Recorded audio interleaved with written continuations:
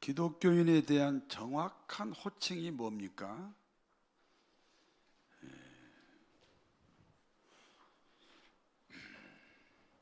설교를 제가 하고 저를 쳐다봐야 돼요.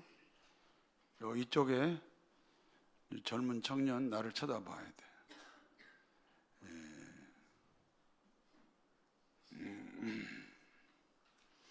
기독교인에 대한 정확한 호칭이 뭡니까? 네?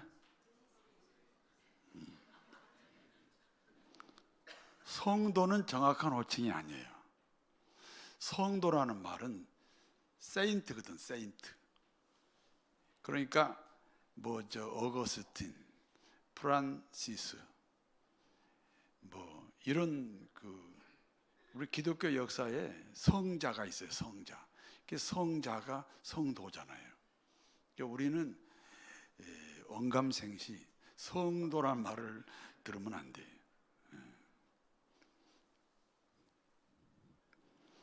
집사, 권사, 장로, 목사도 정확한 호칭이 아니에요.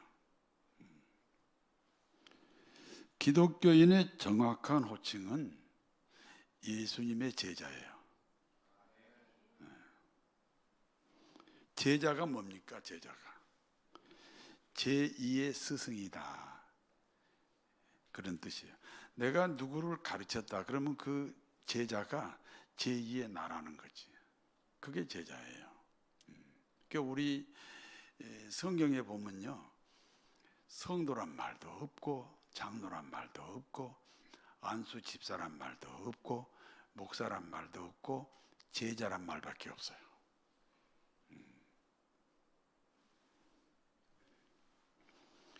제자 중에는 예수님이 직접 가르쳤던 직제자가 있습니다. 오리지널 제자라고도 할 수 있는 이와 같은 제자들을 사도라고 부릅니다. 베드로입니다. 네로 황제 시절에 거꾸로 매달린 십자가에서 죽었습니다. 야고보입니다. 헤롯 아그리빠에 의해 목이 잘린 참수형을 당했습니다. 안드레입니다. 그리스 파트라스에서 X자 십자가에 매달린 채 창에 찔려 죽었습니다. 빌립입니다. 소아시아 프리기아에서 십자가에 매달린 채 돌에 맞아 죽었습니다. 도마입니다. 인도 마드리에서 칼에 찔려 죽었습니다. 바돌로메입니다. 인도에서 가죽이 벗겨지고 몽둥이로 맞아 죽었습니다. 마테입니다. 에디오피아에서 창에 찔려 죽었습니다. 작은 야고보입니다. 예루살렘에서 머리를 망치로 맞고 죽었습니다. 시몬입니다. 페르시아 지방에서 톱으로 몸이 두동강이 나서 죽었습니다. 유다입니다. 에데사 지방에서 십자가형으로 죽었습니다. 마띠아입니다. 예루살렘에서 돌에 맞았으나 죽지 아니하므로 목이 잘리는 참수형을 당했습니다. 바울입니다. 로마에서 목이 잘리는 참수형으로 죽었습니다. 예수님은 복음 전하다가 십자가에 못 박혀 죽으셨습니다. 사도들은 예수님의 직제자입니다. 제2의 예수입니다. 그래서 예수님처럼 모두 순교를 당했습니다.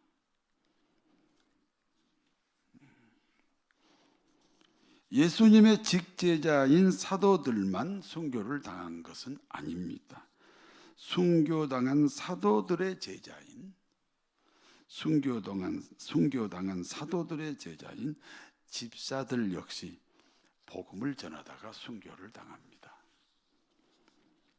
그 대표적인 제자가 스데반입니다. 유대인들은 스데반 집사를 고소합니다. 고소의 내용이 뭡니까? 하나님과 모세를 원망했다는 겁니다. 스데반은 기독교인입니다. 그러므로 전도를 했습니다. 여러분은 기독교인입니까? 진짜입니까? 그러면 전도의 열매가 있어야 돼요. 스데반은 기독교인이에요. 그러니까 전도를 했어요.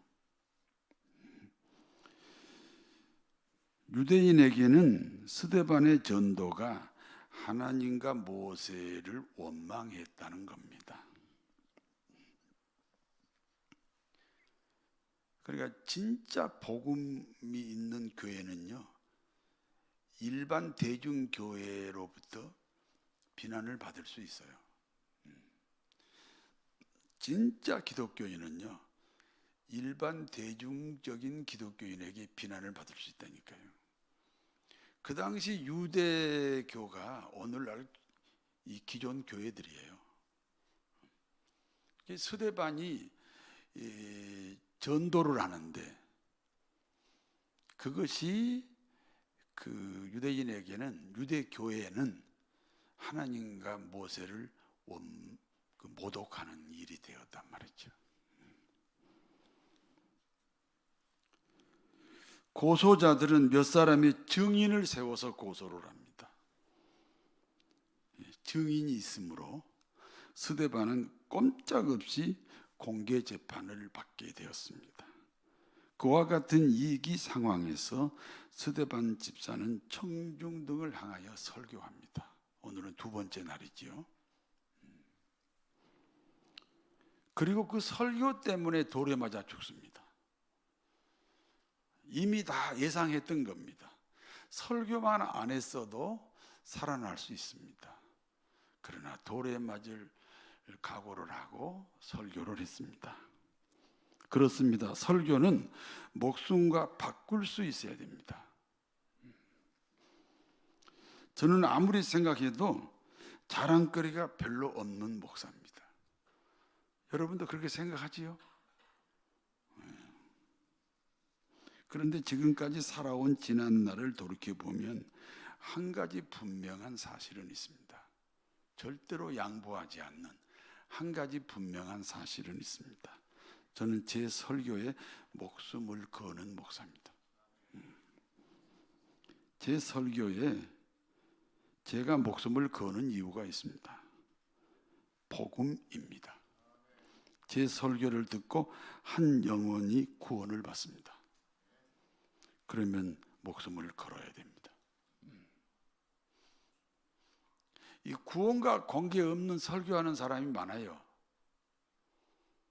그 사람은 다 하나님의 형상으로 만들었다 그랬잖아요. 그렇죠? 그러니까 신작은 불신작은 선을 추구하는 본성이 있다고. 선하게 살면 스스로 행복해. 교회 와서 그 선을 추구하는 본성을 채워주는 수준으로 신앙생활해. 복음이 아니에요. 그 불교에서 도 닦는 거하고 똑같아요.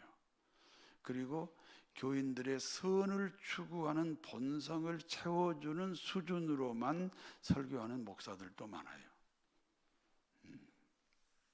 그건 복음 이전이에요. 목숨을 걸 필요가 없지. 더 좋은 교회 자리가 나오면 얼른 가지. 그런 사람은 더 좋은 조건의 목회 자리가 생기면 얼른 가요.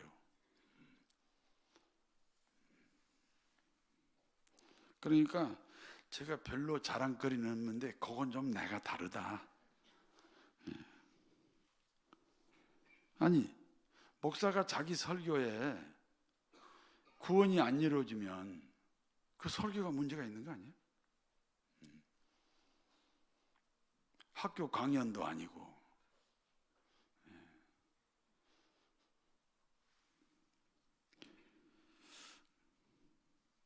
그런데 요즘 이제 안타까운 현실이 교회 안에도 있습니다. 예를 들면 목사가 진보 그룹 앞에서 말이 다르고 보수 그룹 앞에서 말이 다르다. 요즘 목사들이 다 그렇게 생각해요. 그러니까 경상도 교인 앞에서 말이 다르고 전라도 교인 앞에서 말이 다르고, 그건 설교가 아니죠. 그렇지 않습니다. 진보 진영도 뛰어넘고 보수 진영도 뛰어넘어야 복음입니다. 눈치 보고 적당히 설교하면 설교가 아니에요. 복음이 아니에요. 그러므로 목사는 진보와 보수를 초월해서 교인들이 세상을 바르게 판단하도록 도와줘야 됩니다.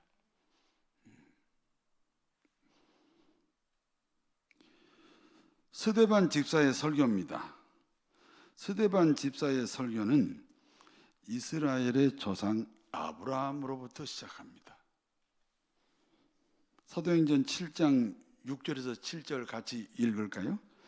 하나님이 또 이같이 말씀하시되 그 후손이 땅에서 나그네가 되리니 그 땅 사람들이 종으로 삼아 400년 동안을 괴롭게 하리라.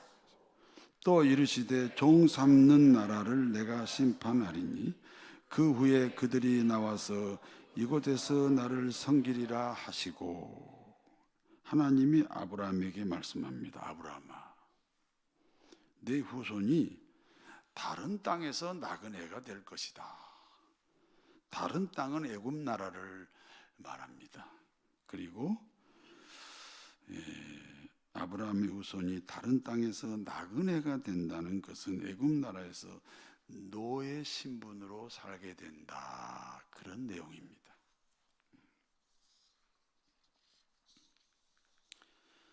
아브라함의 후손은 애굽 나라에서 노예 생활로 400년을 지내게 됩니다. 그리고 해방이 됩니다. 그것이 우리가 아는 출애굽 사건입니다. 그리고 40년 광야 생활을 지나 다시 가나안 땅으로 들어온다.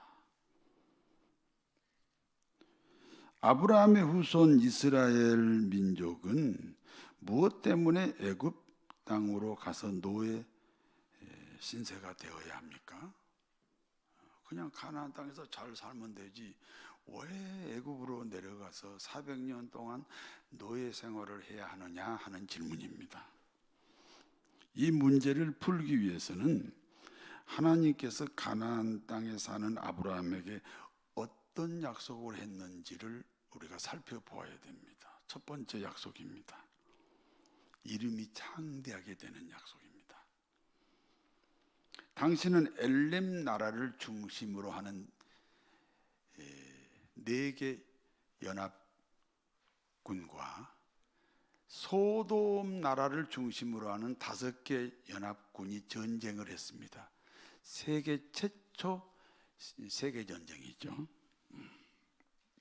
그런데 엘람 나라를 중심으로 하는 4개 연합국이 소돔을 중심으로 하는 5개 연합국을 이겼습니다. 그런데 말입니다.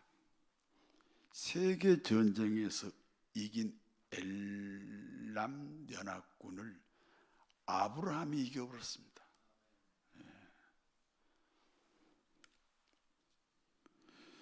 온 세상이 아브라함의 이름이 유명해졌습니다.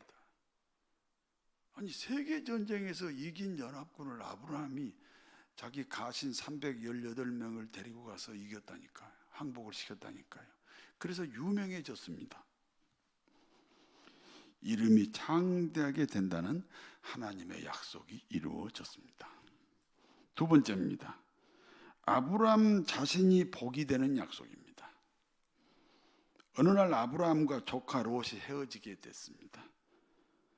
아브라함이, 그러니까 작은 아버지죠. 작은 아버지 아브라함이 조카 롯에게 이렇게 말합니다. 조카야, 네가 우하면 나는 좌하고 네가 좌하면 나는 우하겠다. 조카에게 우선권을 주었습니다. 우선권이 있는 조카 롯이 소돔 지역을 선택합니다. 그 소돔 지역은 그 당시 에덴 동산 같고 애굽 땅과 같았다. 사람이 살기에 최적지였다. 그런 뜻입니다. 상대적으로 아브라함이 선택한 헤브론 지역은 사막입니다. 문제는 사막지대를 선택한 아브라함은 족장이 되고 거부가 되었습니다. 아브라함 자신이 복입니다. 복이 하는 일이 복입니다. 그래서 아브라함은 사막으로 갔으나 성공한 사람이 되었다, 그런 뜻입니다.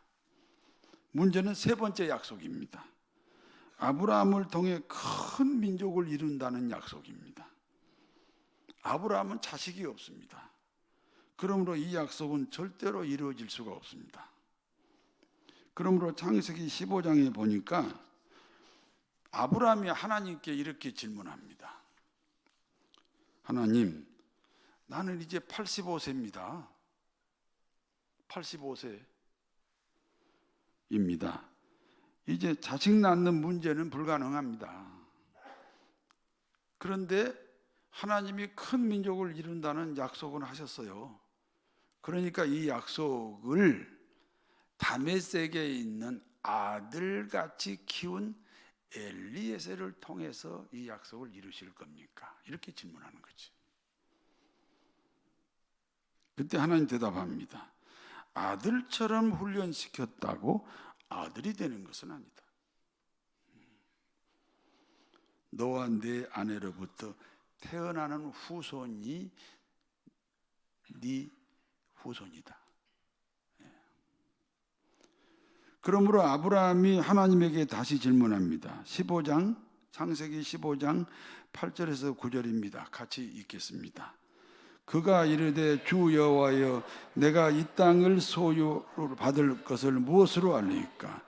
여호와께서 그에게 이르시되 나를 위하여 3년 된 암소와 3년 된 암염소와 3년 된 순양과 산비둘기와 집비둘기 새끼를 가져올지니라. 아브라함이 하나님에게 이렇게 말합니다. 여호와여, 내가 이 땅에서 자손 번성을 이루려면 어떻게 해야 됩니까?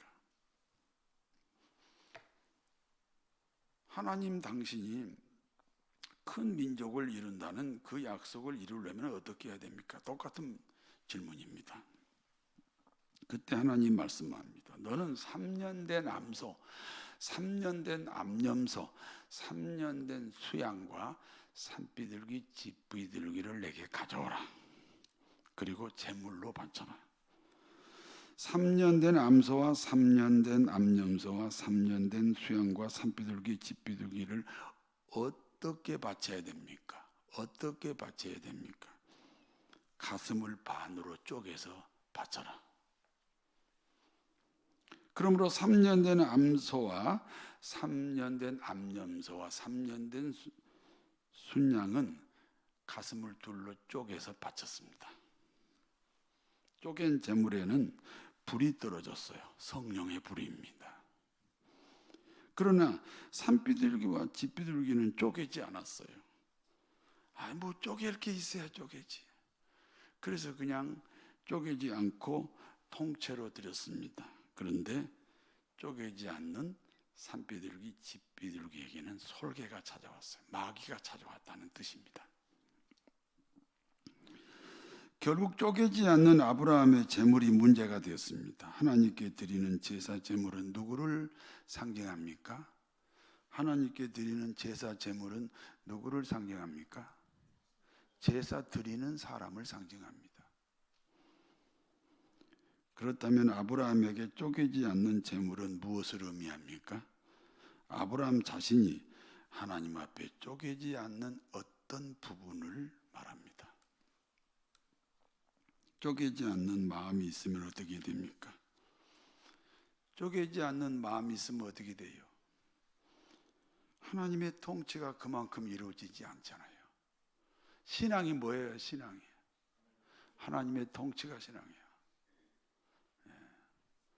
여러분, 오늘 2부 예배가 신앙이 아니라니까. 하나님의 통치가 있기 때문에 2부 예배 드려요. 그러면 그게 신앙이에요.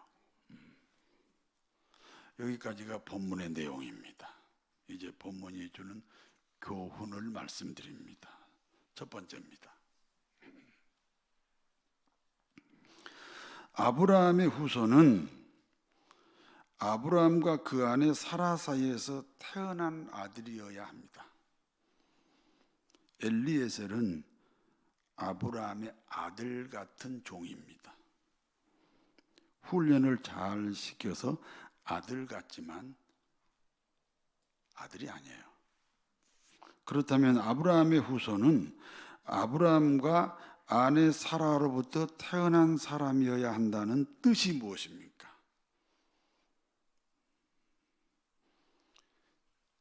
인간은 죄인입니다. 고개를 드시고, 인간은 죄인이라니까 고개를 숙인다고, 고개를 드시고, 인간은 죄인입니다. 기독교인이 되는 유일한 길은 자신이 죄인이라는 고백입니다. 도덕적, 윤리적 수준의 죄인이 아니고 성령의 감동으로 내가 죄인이구나 하는 고백입니다. 죄인이라는 고백을 했으면 죄에 대한 대가, 그 값을 지불해야 됩니다. 죄인이라는 고백을 했는데 그 죄에 대한 대가, 그 죄값을 지불할 의사가 없으면 내가 죄인이라는 고백은 가짜입니다. 죄인이 지불해야 하는 죄의 대가는 죽음입니다. 그러므로 죽음이라는 죄의 대가를 치러야 하나님의 자녀가 됩니다. 내가 고개를 들라는 이유를 아시지요? 잘 들어야 돼요. 여기부터는요. 문제는 그 누구도 죽음이라는 자신의 죄값을 자신이 치를 수가 없습니다. 그러면 누군가 다른 사람이 내 죄값을 치루어 줘야 됩니다. 그런데 그 누구도 죄인이기 때문에 다른 사람의 죄값을 치를 수가 없습니다. 그렇기 때문에 내 죄값을 치를 수 있으려면 나 같은 사람이 돼 죄가 없어야 돼. 근데 이 인류는요, 나 같은 사람은 맞아. 그런데 죄가 없는 사람은 없어요. 그러므로 하나님이 인간으로 오셨습니다. 인간으로 왔으니까 사람이고 하나님이시기 때문에 죄가 없는 거예요. 그분이 예수 그리스도입니다. 결국 예수님은 인간의 죄값을 대신하여 십자가에 죽으셨습니다. 그리고 3일 후에 다시 살아났습니다. 우리 모두는 마음의 문을 열고 이 시간 예수 그리스도를 영접해야 됩니다. 내 죄값은 내가 치러야지. 내가 죄 지어놓고 다른 사람보다 벌 받아라 그러면 안 되지요. 내가 지은 죄값은 내가 치러야죠. 그러므로 예수님의 죽음을 자신의 죽음으로 고백해야 돼요. 예수님의 죽음을 자신으로 받아들이십니까? 예수님의 죽음을 자신의 죽음으로 받아들이시냐고?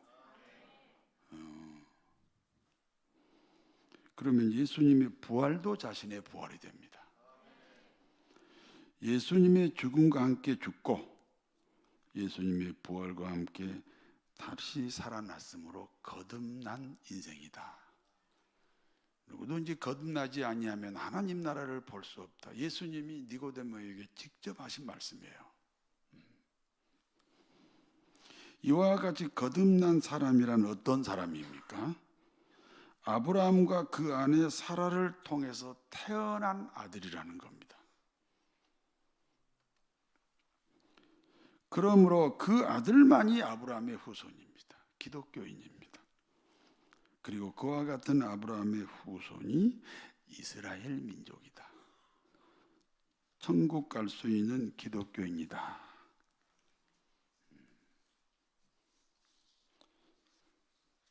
천국 갈 수 있는 기독교인이십니까? 후일의 생명 그칠 때 여전히 찬송 못하나 성부의 집에 깰 때에 내 기쁨 한량 없겠네. 내 주 예수 배울 때에 그 은혜 찬송하겠네. 내 주 예수 그 은혜 찬송하겠네. 아브라함과 그 아내 사라로부터 태어난 아들이 아브라함의 상속자가 됩니다. 아들처럼 키운 엘리에셀은 아닙니다. 그와 같이 우리 그리스도인은 예수 그리스도를 통해서 다시 태어났다. 예수님과 함께 죽었고 예수님 부활과 함께 다시 살아났다. 다시 태어났다는 고백이 기독교인입니다. 그런 고백을 하셔야 됩니다. 두 번째입니다. 가나안 땅에서 하나님의 약속이 이루어지는 비결입니다. 하나님은 아브라함에게 제사 제물을 정해줬잖아요.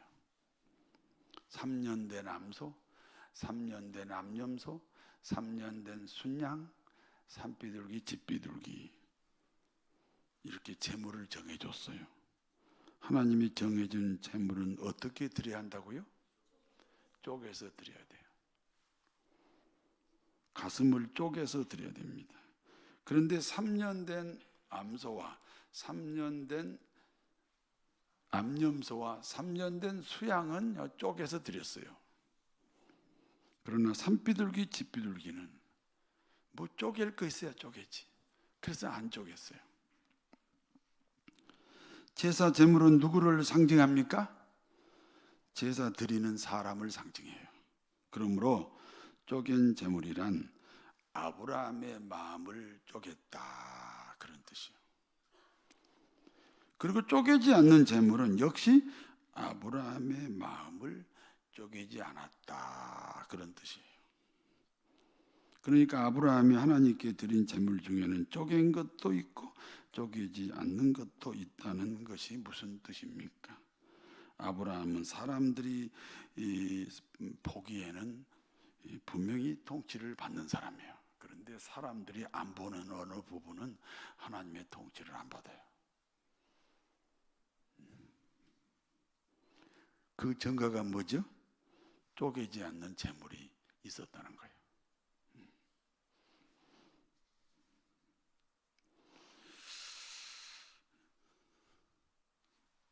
하나님의 통치가 이루어지지 않으면 다른 통치가 찾아옵니다. 사단 마귀의 통치입니다. 그러므로 이스라엘은 애굽 땅에 내려와서 바로 왕의 통치를 받습니다.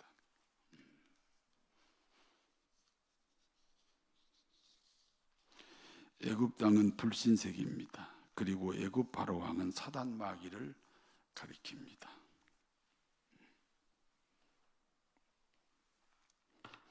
아브라함의 후손은 아브라함과 사라 사이에서 태어난 아들이어야 합니다. 그렇습니다. 예수님을 영접하고 거듭난 사람이 아브라함의 후손 이스라엘입니다. 이해가 되십니까? 그러니까 하나님이 아브라함에게 내가 아들처럼 키운 종 엘리에셀이 있는데 이 종을 통해서 내 후계자가 됩니까? 하나님이 말씀하시는 큰 민족을 이룬다는 약속을 이루실 겁니까? 아니야. 너와 네 아내로부터 태어나야 돼. 그럼 그 말은 무슨 말이에요? 교회 다니면서 교회 생활에 유능하도록 훈련을 받아. 그건 기독교인이 아니야. 누가 보기에도 기독교인 같은데 기독교 아니야. 기독교인은 예수님을 구주로 고백하고 거듭나야 돼. 그런 내용이에요. 어떤 사람은 이런다. 난 목사니까 당연히 구원받았지. 아니요. 목사인데 구원 안 받으면 그 아브라함이 그 아들처럼 키운 엘리에셀이에요. 분명히 신앙 고백하고 거듭나야 돼.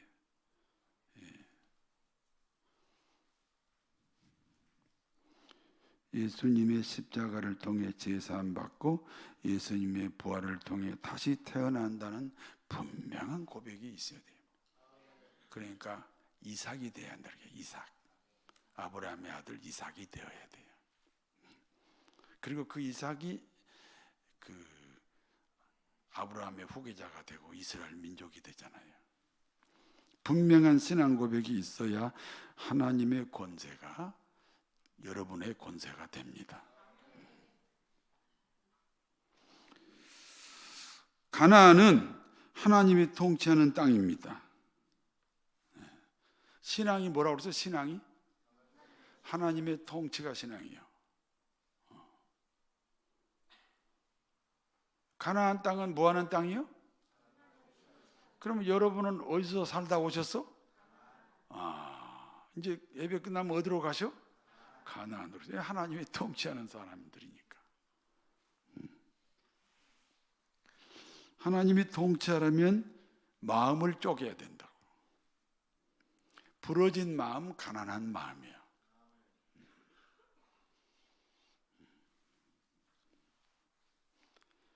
아브라함은 그 자기 재물을 칼로 쪼갰지만 오늘 여러분은 이 말씀으로 여러분의 마음을 쪼개야 돼요.